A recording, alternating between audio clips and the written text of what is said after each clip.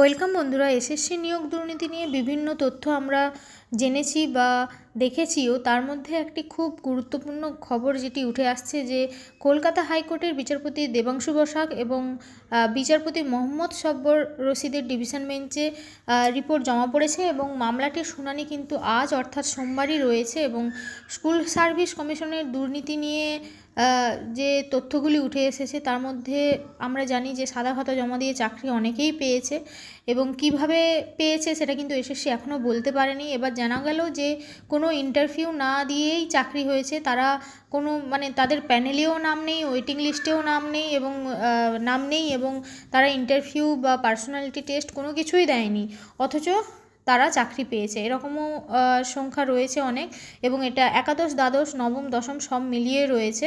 তো কিভাবে চাকরি পেলো সেটা কিন্তু এসএসসি জানে না।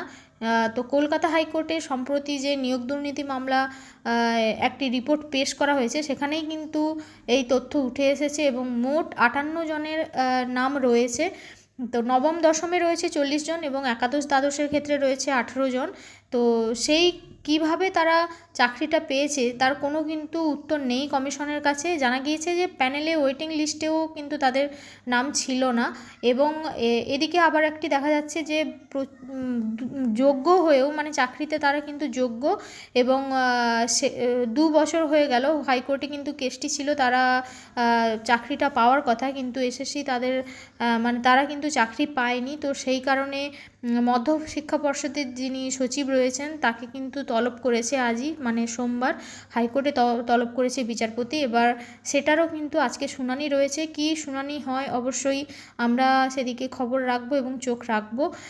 তো এখন দেখার বিষয় যে শুনানিতে কি উঠে আসে সেটাও আমরা অবশ্যই জানবো এবং অবশ্যই আপনাদের সঙ্গে সেটা শেয়ার করব। আরও বিভিন্ন তথ্য পেতে এই বিষয় সংক্রান্ত এবং বিভিন্ন নিয়োগের বিজ্ঞপ্তি পেতে অবশ্যই আমার চ্যানেলটিকে সাবস্ক্রাইব করে পাশে থাকতে পারেন। আজকের মতো এখানেই শেষ করছি। ধন্যবাদ।